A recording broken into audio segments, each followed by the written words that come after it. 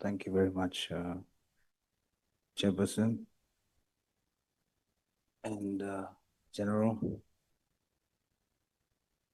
Like I do with everyone, I want to reassure you that I have no bias. I would pose questions to you for issues of clarity. Some of my colleagues has covered a whole lot of things that I think there are clarity on it. So I will just focus on the things where I think I need clarity on. But I will treat you the same as others, other witnesses, and will take a position after the entire process is over. So let me start by saying thank you. As a patriotic South African, your rank, you as a police officer, thank you for your service. We're going to begin with a controversial issue that was raised in testimony, where General Mkwanazi testified that members of crime intelligence has advanced equipment that can access people's WhatsApps and deleted messages. The question was posed to the National Commissioner, and in his testimony, he said he can't answer, he will refer that to his divisional commissioners. While you are a deputy divisional commissioner. So I'm going to pose the question to you. And does crime intelligence have advanced equipment to access people's WhatsApps? Chair, it will be irresponsible of me to respond to that type of a question in the sense that I will be displaying out there the capacity and of the crime intelligence and the expertise the police have. So it's something that I cannot really account or say that because remember that if I say yes or no, the criminals out there will benefit from this response. So I think I must join the National Commissioner there to say, if the Divisional Commissioner wants to say it, he will say it, but I doubt if he will do it. Should this committee take the testimony of General Mkwanazi then as fact or hearsay? Because the National Commissioner didn't deny it, he just said he's going to confirm with someone on your rank or your position. Should we consider it hearsay or fact? At this point in time, Chair, on the issue of those type of equipment, whether they exist or not, it remains the secret of crime intelligence on how they fight crime. So it's not something I can really venture into. Is there a possibility that such equipment does exist? It's the same question that where we come from, Chair, that I cannot really respond to that type of a question, Chair. Out of respect as well, Chair, it's just a question that is not easy when you are a law enforcer. There are allegations around that issue that such equipment does exist and it is an outsourced, it's outsourced equipment, and the outsourced company is a family member of a former minister. Is this allegation true?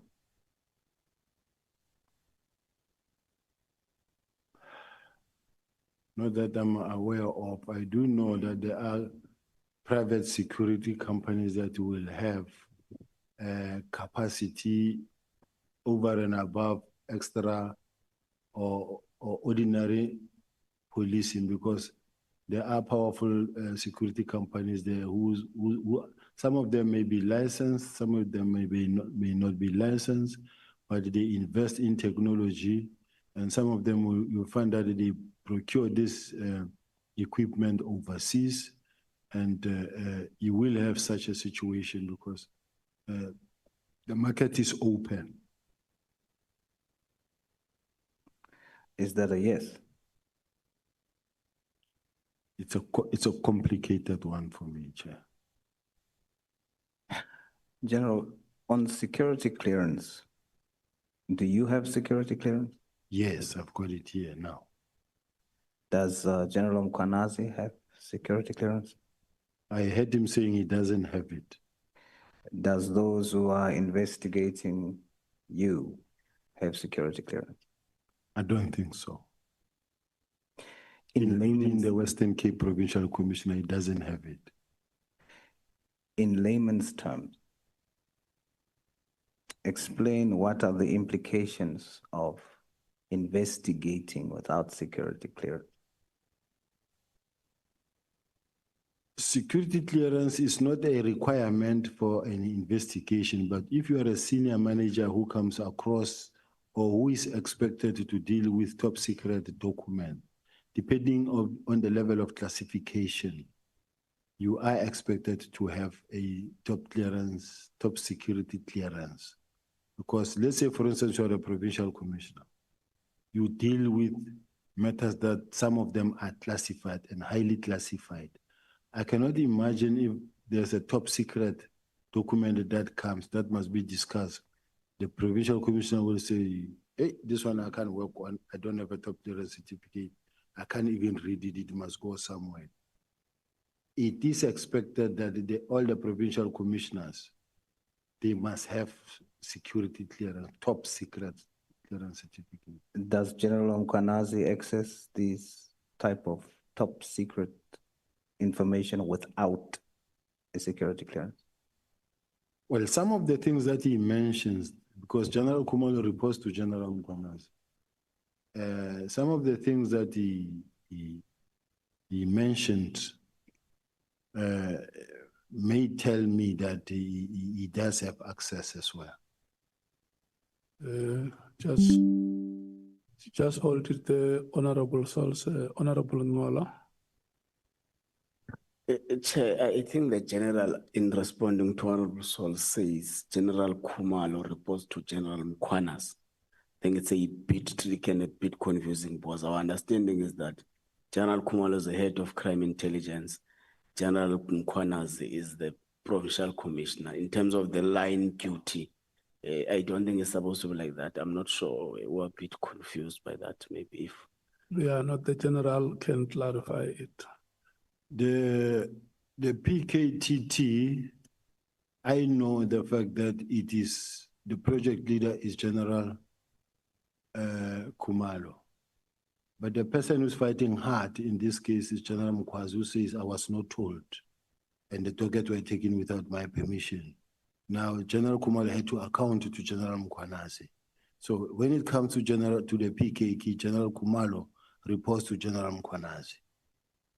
That is why General Mkwanazi is the one who's on his feet and fighting for this process. Hence, I'm saying he reports to him. You want to make a follow-up? understood it. Is it the official reporting line duty or it's something else that is out of the ordinary? Well, it's the official because it was done so official. This is how it was designed, that he will report to General Kumalo, to General Mkwanazi. Okay. The member is satisfied. Before you proceed, Honorable Sauls, did I also hear you saying that the head of the Western Cape also does not have a security clearance? Yes. When you say the head, you mean the provincial commissioner? The provincial commissioner. And who else, apart from the two? I don't know about the others. These are the two that you know? These ones I know because I have been involved with them, or they've been involved in my matters at least. So the question that Honorable Sauls asks you, And you respond by saying that yes, General Kumalo reports to General Mkwanazi, so he may have access to this type of information. It may be happening elsewhere. When I listen to General Mkwanazi both in the commission, judicial commission, and here in the ad hoc, he will every now and then throw in what they are busy with and that they're about to effect arrest. And he talks about things of counterintelligence. He talks about things that come from the intelligence space. He talks about things that, just like Brown Mohosi will tell you about information that belongs in the intelligence space. But General Mkwanazi will tell you about something that belongs in the intelligence space himself. Yeah. When I ask this question, General, is to establish understanding whether a provincial commissioner like the one you have in the Western Cape or elsewhere in the Republic who does not have security clearance, is it possible that such incumbents may also have access to that information without them being cleared? Yes, they do have access without them being cleared, because there's no way as a provincial commissioner you can run a province and you don't come across documents of a top secret nature. Whether you deal with issues of parliament, whether you deal with issues of a matter, a sensitive matter that is classified as top secret, as a provincial commissioner, you will deal with such a matter. I cannot believe that the whole 5 years will go without you having seen a single document that is classified as top secret, you being the provincial commissioner. But the bottom line is that they don't have security clearance. That is the point that I wanted you to confirm. I'm handing back to Honorable Sauls to continue. Should this be allowed, General?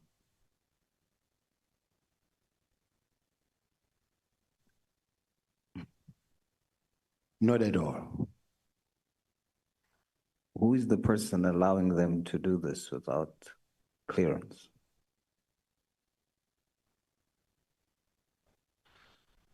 I think the accounting officer is the one who should actually ensure that all people that are appointed in terms of, or as the provincial commissioners or the top structure of the police should have top clearance certificate. Who's the accounting officer that you're referring to? It's the national commissioner.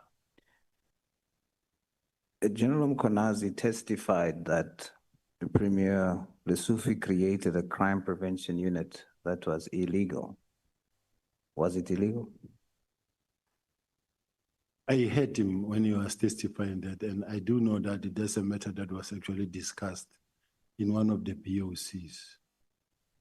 And as far as I'm concerned, it is not illegal, because if it was illegal, I don't think the president would allow the premier to go and continue with something that is illegal, because this is crime fighting and these are enough boots on the ground. They are force multipliers.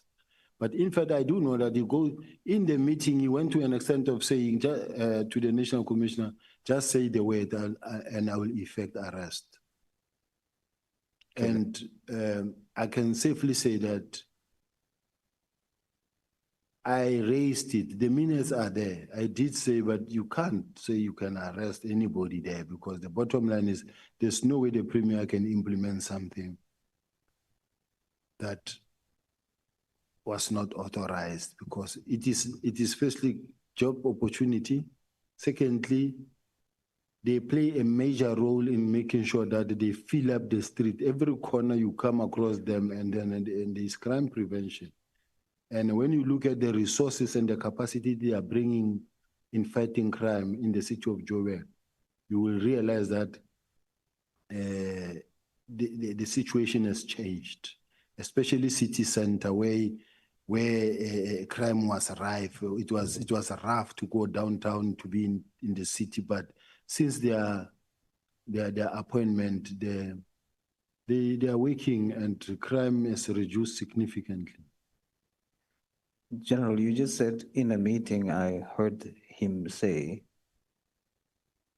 just say the word, I will effect the arrest. Which meeting? Who was in the meeting?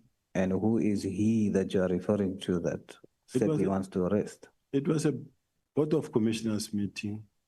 And in that meeting, that's where he mentioned that because they were actually debating it, including legal, and legal was tasked to go and check whether are these people peace officers or not, and should they be existing or not, because the Constitution says there shall be only one police service. They were saying these people cannot be appointed because one moment you are going to have a situation now where you will have to, or you will be expected to convert them into police officials. So he was saying that these are illegally established. And then since they are illegally established, he said, just say the word, one word, I will go arrest. So when he says, just say the word, I'll go arrest, I don't know whether he was meaning he will go arrest the premier or he will go arrest all of them. But I guess the minutes of the meeting are there to say it. Who's he? General Mkwanazi. So General Mkwanazi, in a meeting discussing this, says to the National Commissioner that he should just give the word and he'll go arrest. Yes. And what stopped, or did the arrest happen? What stopped?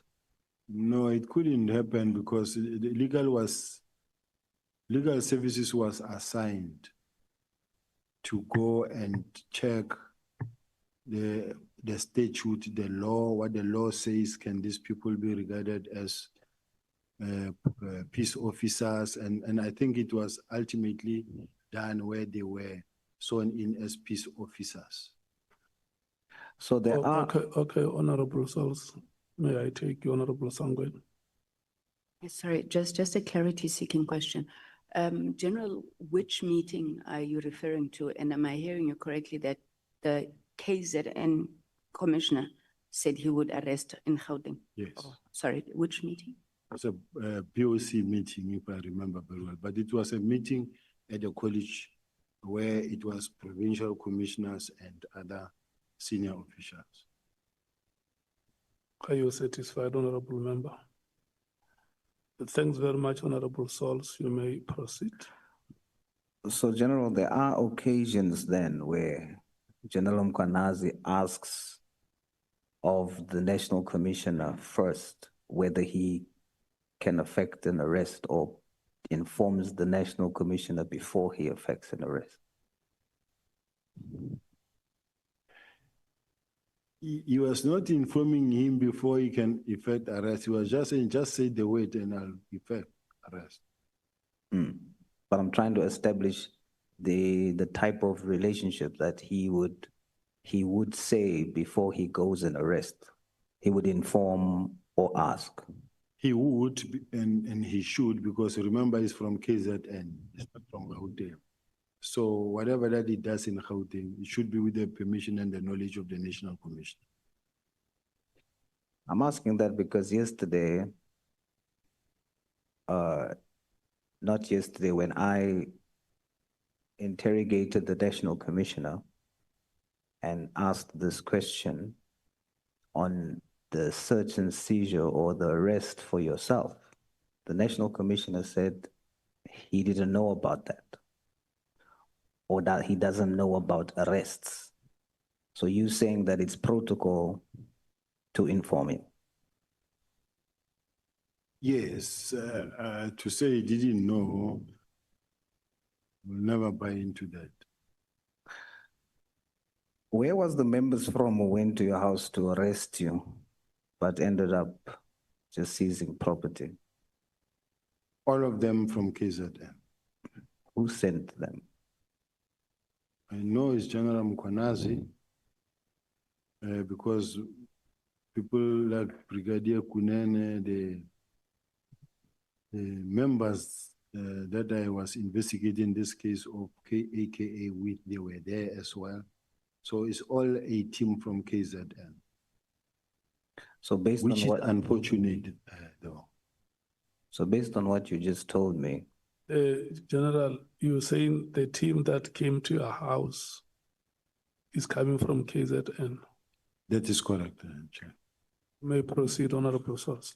so General, based on what you just told me about the National Commission knowing or not knowing, are you saying with that General Mkwanazi, as you claim, was the one who sent the members, would have told the National Commissioner of such a arrest or search and seizure? That is correct, Chair.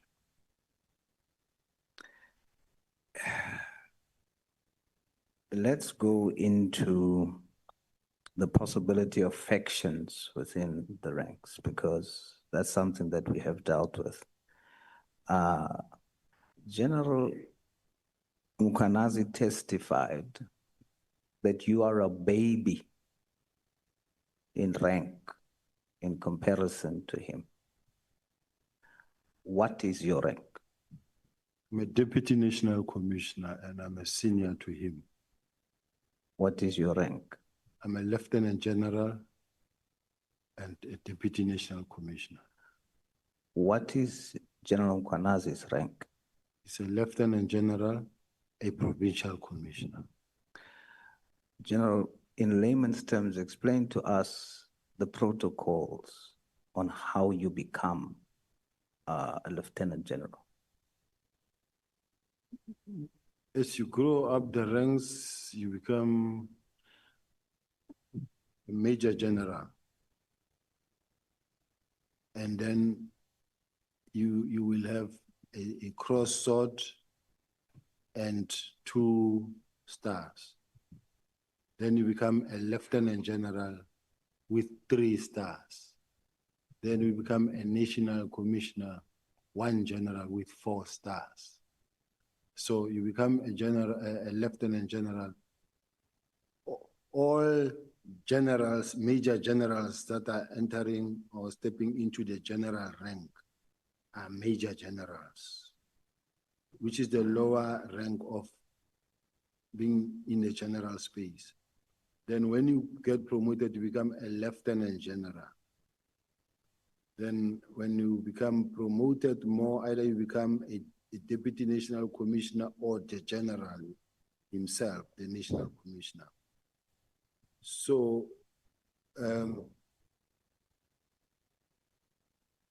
let's understand from this point, when General Mkwanazi was appointed as when he was appointed as the Major General, I was already a general.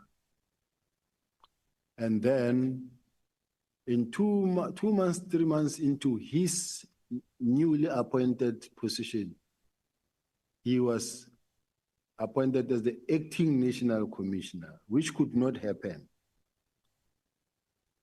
And even when he walked into the door, the Lieutenant Generals and Deputy National Commissioner could not even stand up to salute because this is their junior. But for him to be considered and really be put in a position to can act, overnight he was then promoted to become a Lieutenant General. I guess others were saying he's a baby, but he became that Lieutenant General, and he was then able to act as a National Commissioner. He has since then become the Lieutenant General over the period of time. In 2011, that is when this happened, right? Where he was appointed the acting National Commissioner. And you are saying that there wasn't a normal process of him going from Major General to Lieutenant General. It was merely because he was appointed acting National Commissioner, and that's how he got the rank Yes, Lieutenant General. it compelled the then president to really also overnight bring him up quickly because he could not become acting from Major General. According to the General Mkwanazi's testimony in the Judicial Commission section, page 9 at section 15.3, he was section head in 2011. From 2025 to 2011, he was section head, Special Task Force. And then in 2011, he was component head for specialized operations for 7 months only in 2011. What is the difference between section head and component head? A component head, you are in charge of the whole component, and the whole component will have different sections. It will have a section that deals with fleet, a section that deals with armory. I'm giving you an example. It will have a section that deals with, I don't know their structure within task force, but the section heads are under a component head. Component head is one leader who is running the whole component. In my case, I have component heads. Having component heads, serious and violent detectives, CSI, you will have organized crime, you will have commercial crime, but under commercial crime now, then you will have section head of the different roles. The one will be cybercrime section head. The one will be, let's say, section head that deals with counterfeit goods. Section head that deals with this. So the difference between section head and a component head is that component head is above a section. So he gets this bigger position that he only stays in 7 months and then gets to become the acting national commissioner in 2011. Yes. So from a junior to the most senior. Yes. Basically. Yes. Are you aware that General Masemola was the deputy provincial commissioner until 2010, and in 2010 was then transferred to Pretoria? You aware? I am aware, not that much of his career, but I know that he was here and then as a deputy national commissioner, and then from there removed as a deputy national commissioner, made a provincial commissioner in Limpopo, and then later come back again up until when he was appointed as the national commissioner. So a year later, General Mkwanazi becomes acting national commissioner. Do they now work at the same place? The now national commissioner and General Mkwanazi now works at the same place in 2011. Now the national commissioner is the national commissioner of the police at head office. This is where General Mkwanazi was. But after General Mkwanazi was removed, he was replaced by General Ria Pierre. And then after General Ria Pierre, another national commissioner followed. Okay. So now in 2012, months after General Mkwanazi is acting national commissioner in 2012, are you aware that he then gives or appoints General Masemola now as Deputy National Commissioner Operations? Are you aware of that? Yes. So General Mkwanazi does that before he leaves? I think so, I'm not sure. Is there anybody else that got promoted apart from General Masemola? Promoted as what? Anybody else that was appointed as acting national commissioner that General Mkwanazi appointed, or was it just that appointment of General Masemola? No, since General Masemola was appointed as a national commissioner, he's still a national commissioner. No, when General Mkwanazi was the acting, he appointed General Masamula as the Deputy National Commissioner for Operations. Is there any other people during that time that General Mkwanazi appointed into positions except for General Masamula? I'm not so sure, Chair. I'm gonna make mistakes in that because I was not part of that. Then in 2018, of course, General Mkwanazi becomes acting provincial commissioner, and in April 2021, he becomes full provincial commissioner of KZN. 2022, General Masamula becomes the national commissioner in 2022. And then in the same year, are you aware that he then appoints General Khumalo in 2022 as the divisional head for crime intelligence? Yes. Please state for the record. Yes, I'm quite aware that the General Khumalo was appointed as the divisional commissioner somewhere around about 2022. I don't have his CV and I may not be accurate. So, General, as a trained investigator, would you say this is a pattern of friends promoting each other?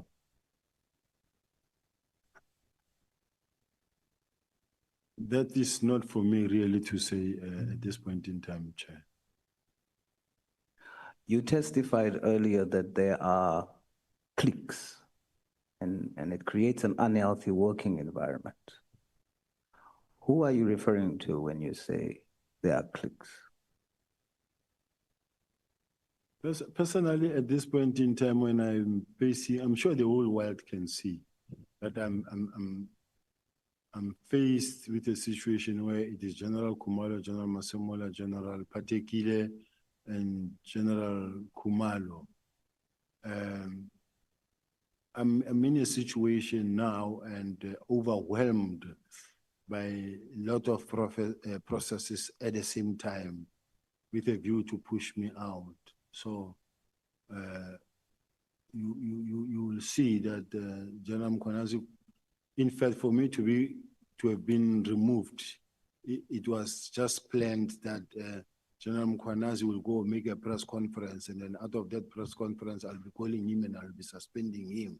And then I get suspended, and after I get suspended, then General Patekile comes, he clears General Khumalo from the investigations that they were arrested for, and then from the, in my case, General Khumalo conduct a short investigation and then recommend that I be charged, and then from there,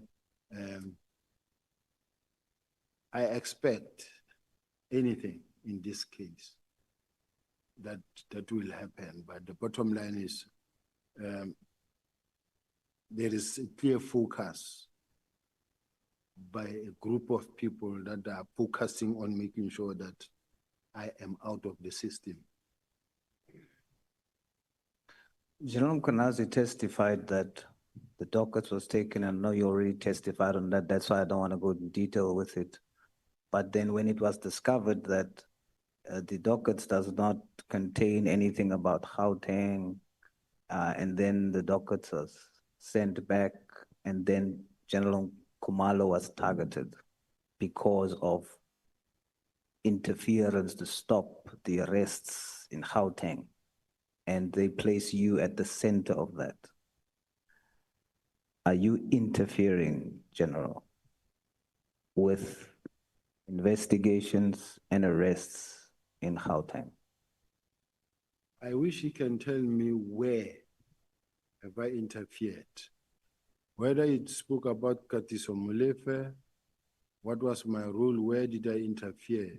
Whether it talks about Ket Matlala, where did I interfere? Whether it talks about Mr. Swart, what did I do, where did I interfere? Because I've never been involved in all of those things. Other than when we talk, let's say for an example, the kidnapping story. I've always been the one talking about the kidnapping of Mr. Jerubo Shua. I spoke about it even in the police summit. I spoke about it even with when we were with the DPCI experts, the people that know how to investigate the electronics. I spoke I called all the teams together, even as we speak. I know General Mkwanazi did make mention of the fact that the mother of Jerry Bushoka contacted him, but I can also say that I was contacted by the brother-in-law of Jerry Bushoka who came, who's the brother to the wife of Jerry Bushoka, who came to me, and he works for the presidency. He came to my office and said, please, General, assist. I called all the experts. Even today, the family is happy with this investigation in terms of the progress. I do have a progress report in terms of this thing, because the team that is there, that is investigating, they are doing everything in their power, and they're working with the family.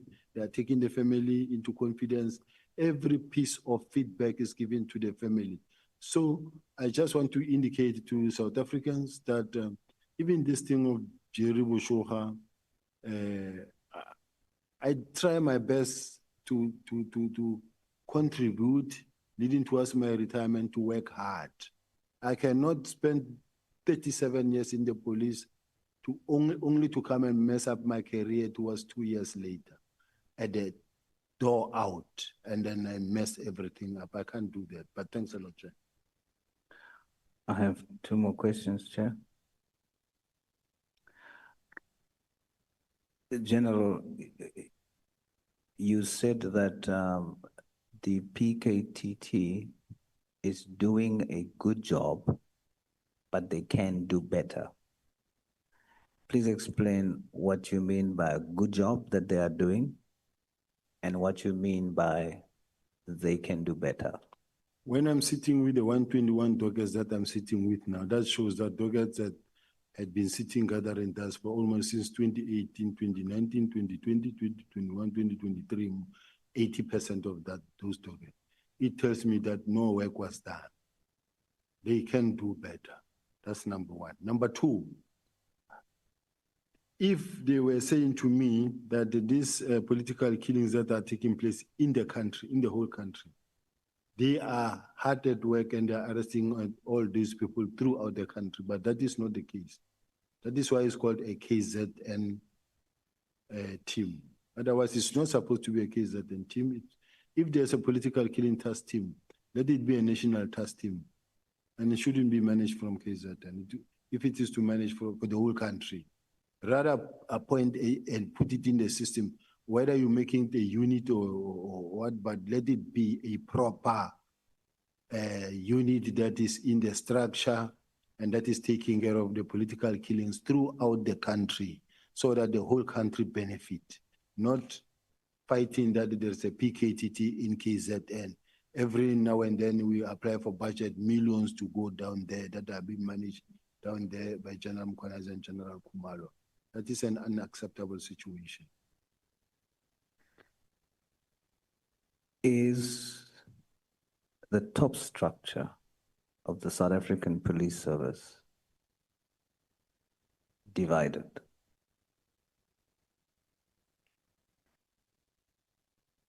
In my case, I will say, because of the fact that I know the feeling about me, I can't sit here and defend the management and say they are not divided.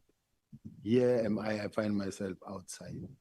Here am I find myself resources of the state being used against me. And here am I find myself overwhelmed by many processes at the same time that takes money away from me, and the security of my family also compromised. General, as I close, those divisions, it's not just costing you, it's costing 65 million South Africans. It is putting us at risk, and we all depend on you to keep us safe. We have questions about where is Jocelyn, Nathaniel, Julius, and many other cases. A house divided against itself cannot stand. I hope that, as you said, you are divided. I put it to you. the core reason why crime is at the level that it is, apart from what we are investigating now. But at the core, it's because you guys at the head is divided. If you're going to fix anything, fix that for the sake of South Africans. Thank you, Chair. Thank you so much, Honorable Sauls. Sure, I would honestly.